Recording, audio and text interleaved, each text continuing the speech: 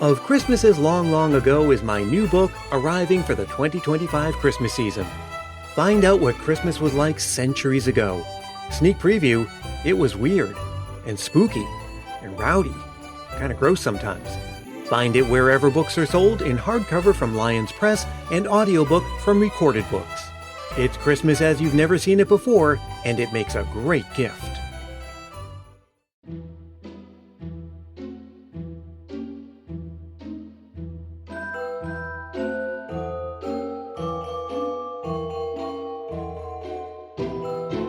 Hearing just the first few notes of this song, you're transported to a world of opulent spectacle.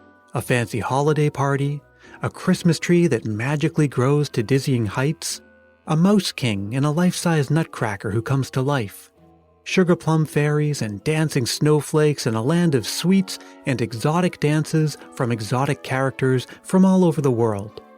The unmistakable music and imagery of the Nutcracker is as much a part of our Christmas landscape as Santa Claus himself. And attending a live performance of the ballet is a cherished annual tradition for families all across the country. Whether you live in a large city or a small town, there's probably at least one production of the Nutcracker near you. But of course, it wasn't always that way. The vast majority of the Christmas traditions we observe today in America got their start somewhere else. Usually England and Europe. The Nutcracker too got its start somewhere else, Russia in this case, but the interesting part is that it didn't become a Christmas tradition until it reached America. And as far as Christmas traditions go, this is one of the newest ones we have. We're talking very new here. And it's all the result of a chain reaction starting with the formation of the Soviet Union, changing cultural tastes in America, and a little help along the way from Walt Disney. I'm Brian Earl. This is Christmas Past. Our story begins at the Imperial Mariinsky Theater in St. Petersburg, Russia. It's 1892, and we're right in Russia's golden age of classical ballet. Composer Peter Tchaikovsky had already written the scores for Sleeping Beauty and Swan Lake. So the director of the Imperial Theaters commissioned him to write a new score. It would be for a ballet based on the story The Nutcracker and the Mouse King, written by the German author E.T.A. Hoffmann in 1816. It was revised and translated into French by Alexandre Dumas in 1844. That's the same Alexandre Dumas who wrote The Three Musketeers and The Count of Monte Cristo. The story follows the basic plot of the Dumas adaptation, in which a young girl named Clara receives a beautiful nutcracker as a gift on Christmas Eve. She falls asleep with the nutcracker in her arms, and as the clock strikes midnight, strange and magical things start happening. And believe it or not, that original production in 1892 was not considered a success. The Nutcracker in Russia received mixed reviews.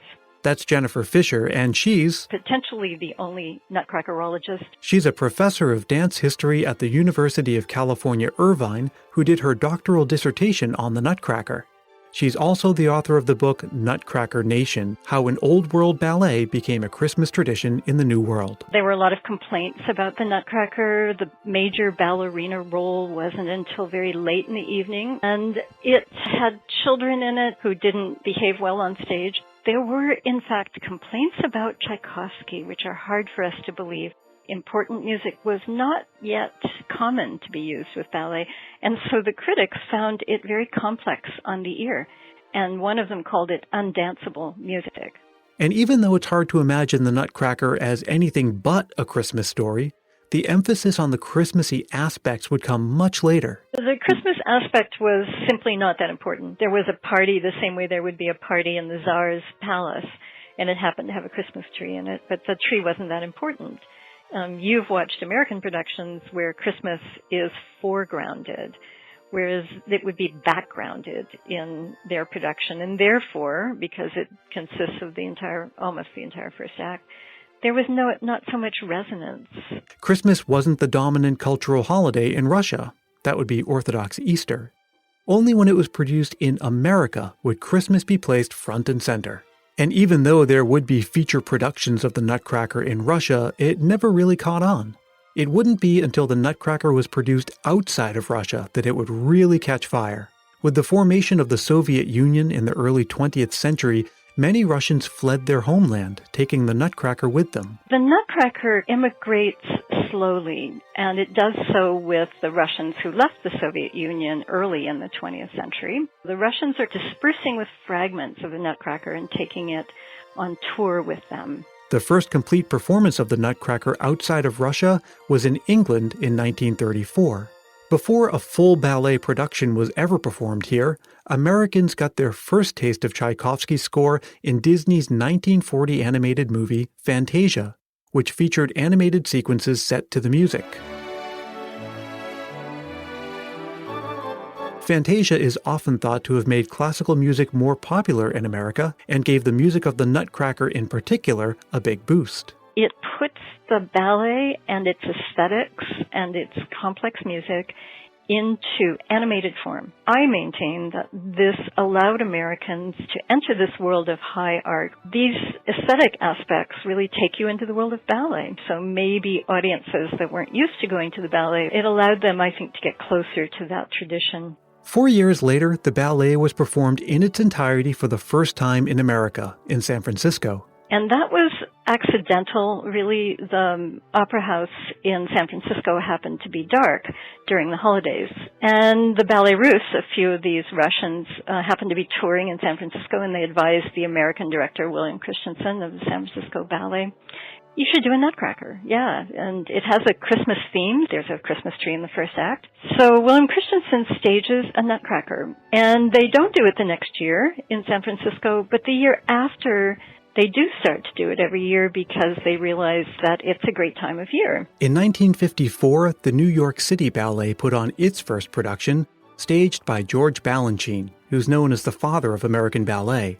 That production became highly influential, and by the 1960s, the Nutcracker was being produced annually all across the country. And one of the major things that happens along the way is that Americans start to make the Nutcracker look like themselves. The real beauty of the Nutcracker is how it can be endlessly adapted. Hawaiian ballet companies produce hula nutcrackers. There are urban nutcrackers, hip-hop nutcrackers, drag queen nutcrackers, and in San Francisco, there's even a dance-along Nutcracker, where the audience is encouraged to attend in costume and get in on the action. Because of all of that, the Nutcracker is now the most popular ballet in the world ever, and it accounts for between 30 and 90% of the annual income for ballet companies that produce it. It's a meteoric rise for a ballet that wasn't even considered important and more or less languished for more than 50 years, and then became a nationwide annual tradition within a couple of decades. Aside from being a spectacular show, it's also a fascinating example of an invented tradition, one that caught hold because it fit in with the existing holiday traditions and attitudes of the new home it immigrated to. You could say it's sort of an immigrant success story, which makes it uniquely American in its own right. When I was growing up, I never got a chance to see a live production of the Nutcracker. I saw it for the very first time in my early 20s.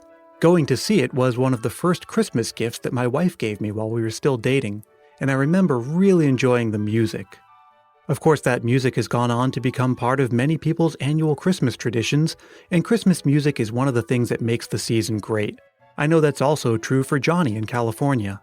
Christmas means a lot to me. As I got older and even when I was a kid, one of the things that really stood out was the Christmas carols, the Christmas songs. And a lot of people, they say it gets old, it grates on them. But my family, my small family, my sister and my father and I, we had a lot of fun always singing just classic Christmas songs together and listening to different renditions, talking about some of our favorites. I feel that nostalgia, and that carried through to me as an adult. And even to this day, when we get into, the season, I can go days and days and throughout the entire month of December and parts of January just playing those songs on repeat. And that's something that really sticks out to me every single year. And I think it will stick out no matter what, every single year for the rest of my life. Johnny's one of the hosts of the video game podcast, the Super Co-op Squad. Check it out wherever you get your podcasts. Now, what are some of the things that you love about the season? Is it the music, the sights, the sounds? What kind of recipes are you making? What kind of parties are you looking forward to going to? Well, I want to hear about it, and I want to share it with everyone. So record a voice memo into your phone and send it to christmaspastpodcast@gmail.com. And if you don't want to share a memory, you can also use that email to just drop me a line and say hi. I respond to every message I get, and I really do want to hear how your Christmas season's going, how your plans are coming along, and what you're looking forward to. Christmas Past is produced in sunny San Mateo, California by yours truly, Brian Earl. I'd like to thank Dr. Jennifer Fisher, Potentially the only nutcrackerologist, and Johnny in California, and of course I'd like to thank you for listening.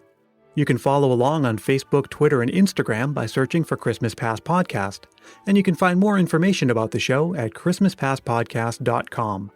Be sure that you subscribed, and if you have a moment to tell a friend or leave a review, I'd really appreciate that. I hope you're having a wonderful Christmas season so far, getting to experience the sights and sounds and spend time with people you love, and I know that I would love it if you joined me again next time for more stories from Christmas Past.